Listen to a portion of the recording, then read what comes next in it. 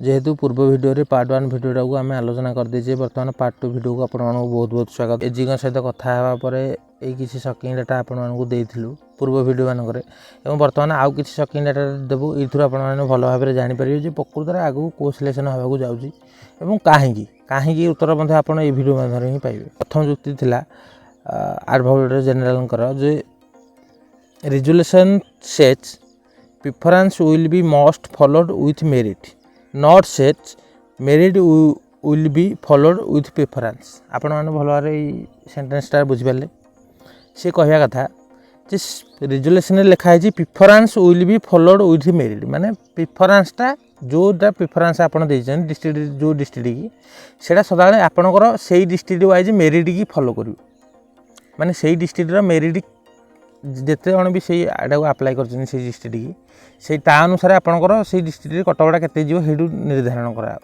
किंतु state wise नुह। जदि प्रथम ये स्टेट बोली धाटे मेंशन था ताले आज ये जो सिलेक्शन प्रोसीजर किसी असुविधा नहीं था पिला चाकरी करी ऑलरेडी 2-3 मासर दरमा कही पाई सारे तेणु यहाँ ओसेबार ये प्रोसीजर करने जाऊँ जोटा देखिले आप भल भाव बुझीपारे सिलेक्शन प्रोसीजर ही गड़बड़ रही सिलेक्शन जोड़ा भी आप लिखिं रेजुलेशन मध्यम से जो प्रोसीजर जोड़ा भी कर लिखिं ता भितर आकाश पाताल फरक तेणु केतले करवाटा कौन व्यक्ति ग्रहण करेंगे जोड़ा आप लिखी जदि अनुसार न करेंगे ताहले ग्रहणीय आदौ नुह। एथि आशायी मैंने बर्तमान द्वारस्थ है हाइकोर्ट द्वारस्थ है तेणु यहाँ जो मैंने भी भावुं डिस्ट्रिक्ट सिलेक्शन को 100% दस हो निश्चय गोटे कह लाइक करदे यदि यहीटा को देखिए आम प्रथम जो preference will be followed with merit यहाँ आप वीडियो माध्यम जा देखिपारे मु जानी शुणिकी यहाँ कौटे गोटे क्लिप यूज कलेनि ये आपणकर टास्क कौन जे आपण भी किसी जिन रिसर्च करूँ ना तो मुझे देखी था आपको गोटे क्लिप लगे था ये जिनसा ये जगह ये टाइम कहुई मोर उद्देश्य हूँ जे किमी मत आपड़ जा रिसर्च कर जानतु मुझे देखेदेवी एडिट करदेवी है किसी बड़ जिनस नुह। तेणु यही जिनसा आपन को शॉकिंग डाटा ये दिगला जे जिते भी आम सिलेक्शन प्रोसीजर आसो डिस्ट्रिक्ट सिलेक्शन सपक्ष ही राय आसो यहाँ हूँ तार फाउंडेशन। तेणु यही जुक्ति गुड़ी को लेकिन फाउंडेशन बर्तमान पड़ा the resolution says preference will be followed with merit not says merit will be followed with preference. तेणु यही जुक्तिटार आप भल भाव बुझीपे जड़े विज्ञ व्यक्ति ही ये जिनसा को क्लारिफाए करके धरी प्रथम जोड़ा सिंगल बेंच रे ये जो जुक्तिटा आसवा जोगु ही रायटा परिवर्तन है जोड़ा आप कर भूल आप रेजुलेशन ये जिन लिखाई यही जिन अनुसार करूँ। तेणु भल भाव बुझीपारे कौन पे डिस्ट्रिक्ट सिलेक्शन हम आ कौन पे स्टेट सिलेक्शन हेनी प्रिफरेंसटा लिखाई प्रिफरेंस फॉलो हम मेरिट की मेरिट केते फॉलो हेनी प्रिफरेंस। तेणु एबे बर्तमान मेरिट फॉलो कर प्रिफरेंस को आपन को जिला को अप्लाई कर इम्पोर्टाट नुह आपणकर 20,000 रैंक भितर आसी ना ना यहाँ हूँ इम्पोर्टाट किंतु जिते डिस्ट्रिक्ट वाइज सिलेक्शन बाहर से कौन हम ना गोटे गोटे जिला को बहुत टॉप कटअप जो जिला को कटअप टॉप जीव आप भल भाव जानी आ जो जिला को कम जीव आप भी भल भाव जानी कारण आमर पूर्व वीडियो अच्छी जा देखिपारे ये जो वीडियो डिस्क्रिप्शन रे वीडियो लिंक मिल जाव 9टा जिलार कहि पूरा लो कटअप जीव माने पूरा धाड़ी अनुसार मुझे वीडियो ये जिलार कम लो कटअप जीव। तेणु यहाँ हूँ मेन जुक्ति जोटा कि कोर्ट मध्यम आप भल भाव जानले डिस्ट्रिक्ट सिलेक्शन 100% हम। तार नेक्स्ट देखिए हाँ your choice is fast which district is working. प्रथम कथा है जे जोड़ा भी प्रतिपक्ष वकिल जुक्तिरा देले जो डिस्ट्रिक्ट सिलेक्शन प्रति जो वकिल लड़ुंट को जिला को आप चाकरी करने पसंद कर बुझीपार ना नहीं कथाटा सी कहवा कथा जे आपण प्रिफरेंस 1 हिसाब से कौ जिला को से जिला को चाकरी करने चाहते आम पूर्व वीडियो माध्यम कहीचु जे आपण मैंने कौटा को चाकरी करने चाहते से जिलाटा को आप चूज करूँ तेणु आपको प्रिफरेंस 1 हिसाब से चूज कले से जिले जदि आप जिले चाकरी करने चाहूना अलग जिला जो 6-7 किलोमीटर दूर को जाइए पूर्व ये जिनसा कही तेणु 6-7 किलोमीटर जो दूर को जाऊँगी से द्वारा कौन है ना बहुत पिला चाकरी छाड़े यहाँ फैक्ट बहुत पिला चाकरी छाड़े बहुत सब पिला कहूनी कि सब पिला भी चाकरी पाइबा योग्य नुह बुझीपार ना ना ସବୁ ପିଲା କେତେବେଳେ ଚାକିରି ଛାଡ଼ିବେନି କି ସବୁ ପିଲା ଚାକିରି ପାଇବା ପାଇଁ ଯୋଗ୍ୟ ନୁହଁ। ତେଣୁ କିଛି ପିଲା ଚାକିରି ଛାଡ଼ିବେ ଏଇଥିପାଇଁ ନା ତାଙ୍କର ଦୂରରେ ହେଇଛି। ତେଣୁ ସେଇ ଜିନିଷଟାକୁ ଏମାନେ କ'ଣ ପାଇଁ ଜାଣି ଶୁଣିକି এইভাবে ପ୍ରୋସିଜରରେ ସିଲେକ୍ସନ୍ କରୁଛନ୍ତି ଯେ ସେ ପିଲାଟା ଦିନେ ନା ଦିନେ ଚାକିରି ଛାଡ଼ିବା ପାଇଁ ହିଁ ବାଧ୍ୟ ହେବ। ଦେଖିଛନ୍ତି ଯେ ୟୋର ଚଏସ୍ ଇଜ୍ ଫାଷ୍ଟ, ଯେଉଁ ଜିଲ୍ଲାରେ ଆପଣ କାମ କରିବା ପାଇଁ ଚାହୁଁଛନ୍ତି, ତେଣୁ ଆପଣଙ୍କ ଚଏସ୍ ଅନୁସାରେ ସିଲେକ୍ସନ୍ ଦେବାଟା ଠିକ୍। ତେଣୁ ଆପଣ ଯଦି ସେଇ ଜିଲ୍ଲାକୁ ପକାଇଛନ୍ତି, ସେଇ ଜିଲ୍ଲାରେ ଚାକିରି ନହେଲା, ଜବରଦସ୍ତିରେ ଅଲଗା ଜିଲ୍ଲାକୁ ଭର୍ତ୍ତି କରିବା କାରଣ କିଛି ନାହିଁ। ଥରେ ଏଇଟା ଚିନ୍ତା କରନ୍ତୁ।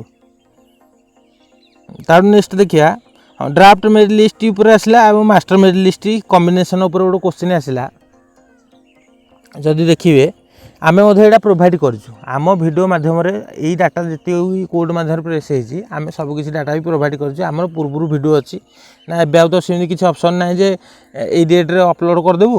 ତେଣୁ ଏଇ ଡାଟା ଗୁଡ଼ିକ ଆପଣ ଭଲ ଭାବରେ ଆମ ଭିଡ଼ିଓ ପୂର୍ବରୁ ଯେଉଁମାନେ ଦେଖି ଆସୁଛନ୍ତି ନିଶ୍ଚୟ ଆମ ଏଇ ପଏଣ୍ଟଟାକୁ ନିଶ୍ଚୟ ଭଲ ଭାବରେ କନସିଡର କରିଥିବେ।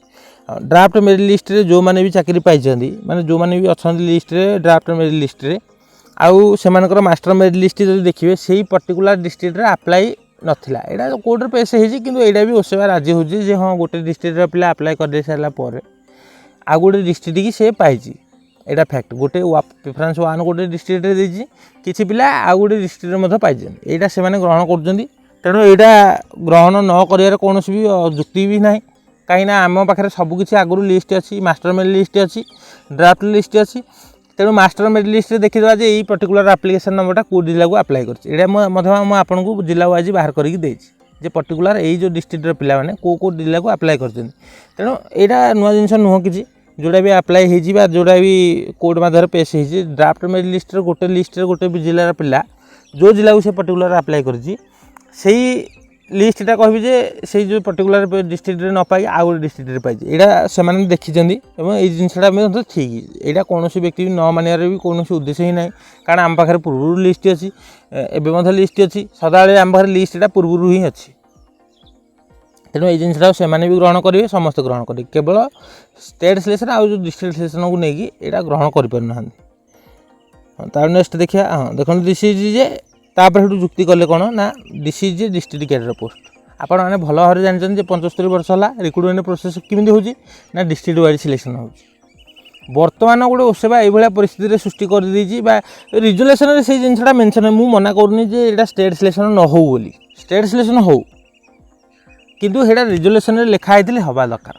ରିଜୁଲେସନଟା ଯେଉଁ ସିଲେକ୍ସନକୁ ଦର୍ଶାଉଛି କାଲିକି ଆଉ କୌଣସି କେସ୍ ପଡ଼ିବନି। ପ୍ରଥମରୁ ଯେତେ ଗୁଡ଼ିଏ କେସ୍ ହେଇଥିଲା ପାଖାପାଖି କହିବି ଯେ 31 ଜାନୁଆରୀ ଭିତରେ ସବୁ କିଛି କେସ୍ ଡିସ୍ପୋଜାଲ୍ ହେଇଯାଇଛି। କେବଳ ଏଇ ଯେଉଁ ଷ୍ଟେଟ୍ ଆଉ ଡିଷ୍ଟ୍ରିକ୍ଟ ଭିତରେ ଯେଉଁ ସିଲେକ୍ସନକୁ ନେଇକି ଏଇ କେସ୍ଟା ବଳବତ୍ତର ରହିଲା, ଆଉ ସବୁ କିଛି କେସ୍ ଡିସ୍ପୋଜାଲ୍ ହେଇଯାଇଛି ଏଇ ଭିତରେ।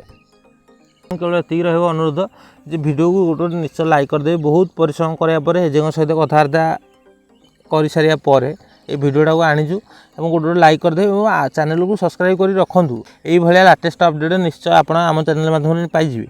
ଯେ ପ୍ରକୃତରେ ଏଇ ଯେଉଁ ସିଲେକ୍ସନଟା ଆମେ ଆନାଲାଇଜ୍ କରିକି କହୁଛୁ, ଆମେ ଆପଣଙ୍କୁ କୌଣସି ପେପର ପଢ଼ିକି ନହେଲେ ଏଇ ଜିନିଷ ସେଇ ଜିନିଷ କହୁନୁ। ଆମେ ଭିଡ଼ିଓକୁ ହେଉ କି ନହେଲେ କୌଣସି ଫାଇଲକି ହେଉ, କୌଣସି ଯେକୌଣସି ବି ଯାହା ବି କିଛି ସରକାରୀ ସ୍ତରରୁ ଯାହା ବି କିଛି ଅପଡ଼େଟ୍ ଆସିଲା ସେଇଟାକୁ ଆନାଲାଇଜ୍ କରିକି କହୁଛୁ। ତେଣୁ ଯେଉଁମାନେ ବି ଭାବୁଛନ୍ତି ଏଇଟା ଡିଷ୍ଟ୍ରିକ୍ଟ କ୍ୟାଡର ପୋଷ୍ଟ ନୁହଁ, 75 ବର୍ଷକୁ ଚାଲିଯାଆନ୍ତୁ, ସଦାବେଳେ ଡିଷ୍ଟ୍ରିକ୍ଟ ସିଲେକ୍ସନ୍ ଭଳି ହେଇଛି। ଏବଂ ରିଜୁଲେସନରେ ଯଦି ମୁଁ ମନା କରୁନି, ଷ୍ଟେଟ୍ ସିଲେକ୍ସନ୍ ହେଉ, ଷ୍ଟେଟ୍ ସିଲେକ୍ସନ୍ ମଧ୍ୟ ଭଲ ମେରିଟିୟସ୍ ପିଲା ଯିବେ, କିନ୍ତୁ ସେଇଟା ରିଜୁଲେସନରେ ମେନସନ୍ ଅଛି କି? ମୋର କେବଳ ଏତିକି ସେଇମାନଙ୍କୁ ପ୍ରଶ୍ନ ଯେଉଁମାନେ ଭାବୁଛନ୍ତି ଯେ ଷ୍ଟେଟ୍ ସିଲେକ୍ସନ୍ ହେବାଟା ଠିକ୍। ରିଜୁଲେସନରେ ଯେଉଁ ଜିନିଷଟା ମେନସନ୍ ଅଛି ସେଇ ଜିନିଷ ହେଉ, କାହାରିକି ମନା ନାହିଁ ଯେ କେଉଁ ସିଲେକ୍ସନ୍ ହେବ କେଉଁ ସିଲେକ୍ସନ୍ ନ ହେବ କ'ଣ ହେବ। ତାପରେ ନେକ୍ସଟ ଦେଖିବା, ନେକ୍ସଟ ଆଲୋଚନା କରିବା।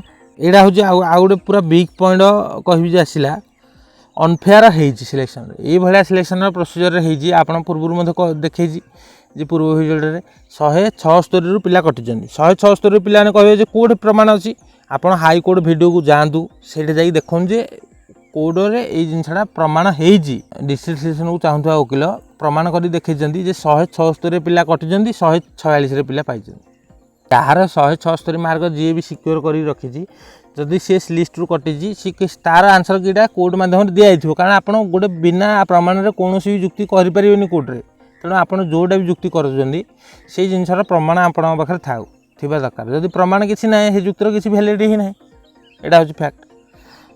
तेणु अनफेयर होती बहुत बड़ अनफेयर होती कि जड़े दिज पिला नुह जड़े दिज पिला सहित होते कि 150 पिला सहित होते से गोटे प्रकार जना पड़न 200 एभव पिलांकर कंप्यूटर रे 15टा क्वेश्चन शो कलानी तेणु से निश्चय सिलेक्शन प्रोसीजर रू किसी पिला बाद पड़गले से पिला मध्य 15टा क्वेश्चन मैंने 30 मार्क पाखापाखि तेणु 30 मार्क जेहेतु डिफरेन्स आपण मैंने अन्य रोचे ऑटोमेटिक सिलेक्शन रू बाद पड़गले पाखापाखि 200 पिला सहित अनफेयर होती यहाँ कौन व्यक्ति ग्रहण कलेनी और कोर्टे गले ये जिनस खंडन करागला जेहेतु पाखापाखि 200 पिला तेणु आपणकर होली माने कौन अच्छे तेणु बहुत बड़ अनफेयर होती जेटीएस क्षेत्र में जो देखा कि कौन पिला भी मानवाई नाराज जे हाँ जमी भी प्रोसेसर होता आमको गोटे गोटे केवल चाकरी दे दिंतु पछे पछे 12% इंटरेस्ट पैसा फेर पड़ो जिते मनकर जना पड़गला जे जेटीएस क्षेत्र में यहीटा होता से 12% पैसा फेर पड़ू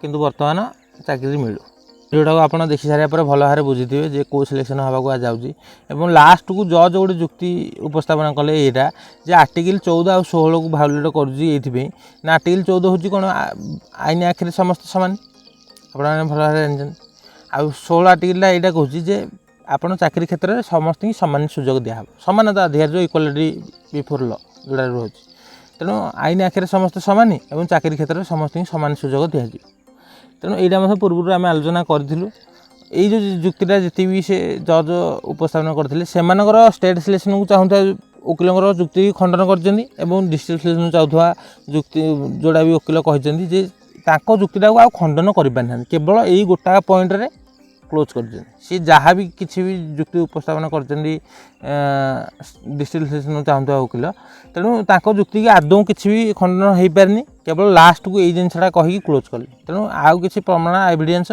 स्टेट सिलेक्शन जो मैंने भी करने चाहते से हाथ में जदि किसी भी प्रमाण आउ न कर निश्चय डिस्ट्रिक्ट सिलेक्शन सपक्ष ढल आउ कि आउ स्टेट सिलेक्शन डिस्ट्रिक्ट सिलेक्शन भितर जहाँ किसी भी डाउट था आपण मैंने भल भाव पूरा पूरी क्लीयर हो जाए आउ देखा पुणी गोटे नुआ भिडियो रखुच्छी।